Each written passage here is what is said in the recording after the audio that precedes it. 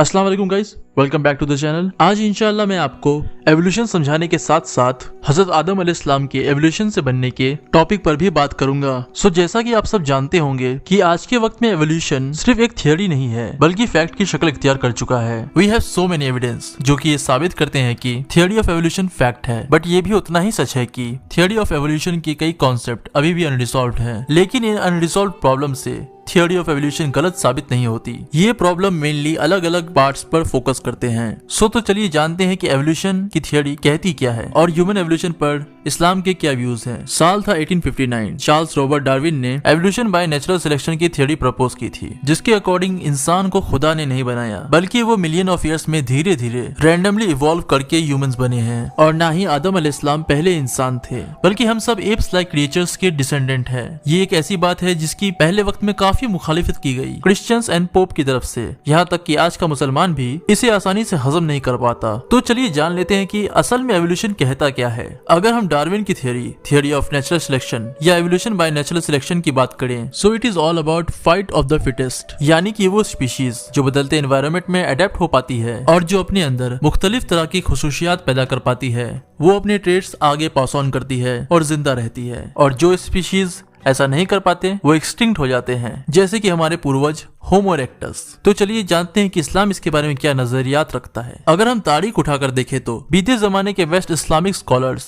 इससे काफी मिलती जुलती बात पहले ही कर चुके हैं, लाइक अल जाहिज और इब्न खल्दून। तो चलिए जानते हैं कि बीते जमाने के ये माहिरीन इस पर क्या कहते हैं। मोहम्मद इब्न अल जाहिज जो बीते जमाने के बहुत बड़े ऑथर और एक बेहतरीन इस्लामिक स्कॉलर थे।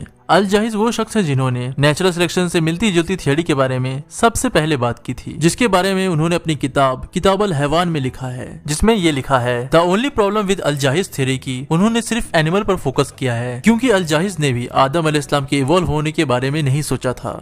इनके अलावा 14वीं सदी के सबसे मशहूर स्कॉलर इब्न खल्दून अपनी किताब अल मुकद्दमा में ग्रेजुअल प्रोसेस ऑफ क्रिएशन, जो कि कमेंटेटर्स के हिसाब से थियोरी ऑफ एवोल्यूशन से काफी मिलती जुलती थियोरी है, जिसमें उनका मानना था कि humans develop from the world of monkeys. इनका मानना था कि इंसान जानवरों की सबसे इवॉल्व फॉर्म है। एज यू कैन सी कि इब्न खल्दून की ये थियोरी ह्यूमन एवोल्यूशन से काफी मिलती है, लेकिन एवोल्यूशन सिर्फ और सिर्फ नेचुरल सिलेक्शन की ही बात नहीं करता है। एवोल्यूशन की थियोरी में इसके अलावा भी काफी टॉपिक हैं। तो चलिए जान लेते हैं what are the key elements of modern day evolution. Genetic drift, ये रैंडमली जीन का फ्रीक्वेंसी चेंज होने का प्रोसेस होता है, स्पेशली छोटी पॉपुलेशन में। काफी बार चांस के कारण जीन ज्यादा या कम हो जाते हैं। जीन फ्लो और माइग्रेशन, जब एक पॉपुलेशन से दूसरे पॉपुलेशन में जीन्स ट्रांसफर होते हैं तो उसे जीन्स फ्लो कहते हैं। ये माइग्रेशन से होता है, जब एक जगह से दूसरी जगह पे ऑर्गेनिज्म मूव करते हैं तो उसे जीन्स फ्लो कहते हैं। इसकी तरह कई सारे की एलिमेंट्स और भी हैं, जैसा कि आप अपने स्क्रीन पर देख सकते हैं। सो दीज आर सम की elements of modern day theory of evolution.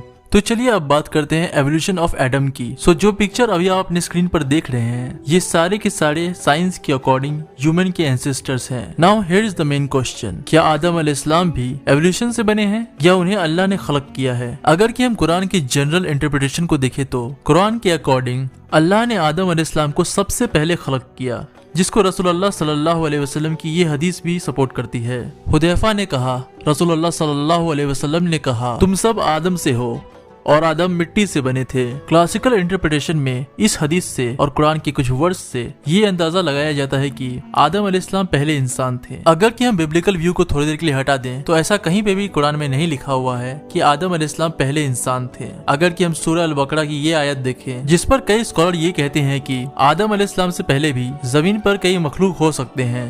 Second chapter of the Quran, in the 38th verse, interestingly enough, they were addressed in the plural, as if there are more than two persons. But if Adam and Eve were the only two persons, why this plural? So some will say, well, you know, Satan as well, but Satan was already driven out. Well, इस topic को समझने के लिए हमें सबसे पहले कुछ unresolved problem को समझना होगा। द ओरिजिन ऑफ लाइफ, जबकि एवोल्यूशन ये समझाता है कि जिंदगी किस तरह से डाइवर्सिफाई होती है जब ये शुरू होती है, पर ये नहीं समझाता कि जिंदगी शुरू कैसे हुई, कैसे नॉन लिविंग केमिकल सब्सटेंस से पहला ऑर्गेनिज्म बना, सिंपल मॉलिक्यूल से सेल्फ रेप्लिकेटिंग सेल्स कैसे बने। इसका जवाब अब तक अनक्लियर है। कुछ हाइपोथेसिस हैं, जैसे RNA world hypothesis, metabolism first, लेकिन अभी तक कोई क्लियर आंसर नहीं है। द एवोल्यूशन ऑफ कॉन्शियसनेस, एक बड़ा अनरिजॉल्व सवाल ये है कि कैसे complex cognitive abilities, self awareness और कॉन्शियसनेस इवॉल्व हुई। नेचुरल सिलेक्शन कुछ बिहेवियर ट्रेट्स और इंटेलिजेंस को समझा सकता है, लेकिन सब्जेक्टिव एक्सपीरियंसेस और कॉन्शियसनेस कैसे उठी ये अनक्लियर है।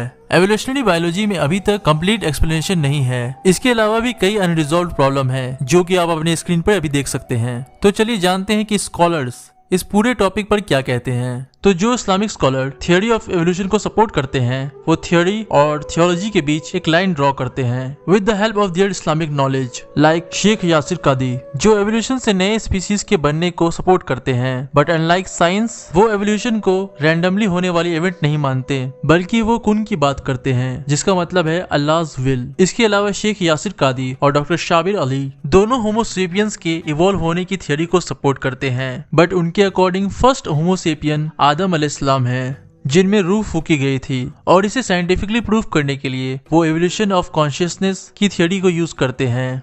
अल्लाह ने हैवानी इंसान को पानी से बनाया, फिर वो अर्थ से इवॉल्व हुए, फिर अल्लाह ने उसे मुकम्मल एक परफेक्ट इंसान बनाया और फिर उसमें रूह या कॉन्शियसनेस डाल दी। पर ऐसा भी नहीं है कि सारे के सारे इस्लामिक स्कॉलर एवोल्यूशन के सपोर्ट में हैं। कुछ ऐसे भी इस्लामिक स्कॉलर हैं जो एवोल्यूशन को फुल्ली रिजेक्ट करते हैं, लाइक अदनान ओतकर, सैयद कुतुब एंड मौलाना अशरफ अल थानवी। तो आज के लिए बस इतना ही। तो अगर आपको ये वीडियो पसंद आई हो और आपको कुछ नया सीखने के लिए मिला हो तो इस चैनल को सब्सक्राइब कीजिए। तो मैं मिलता हूँ आपसे अगली वीडियो में, तब तक के लिए अल्लाह हाफिज, जज़ाकल्लाह खैरा।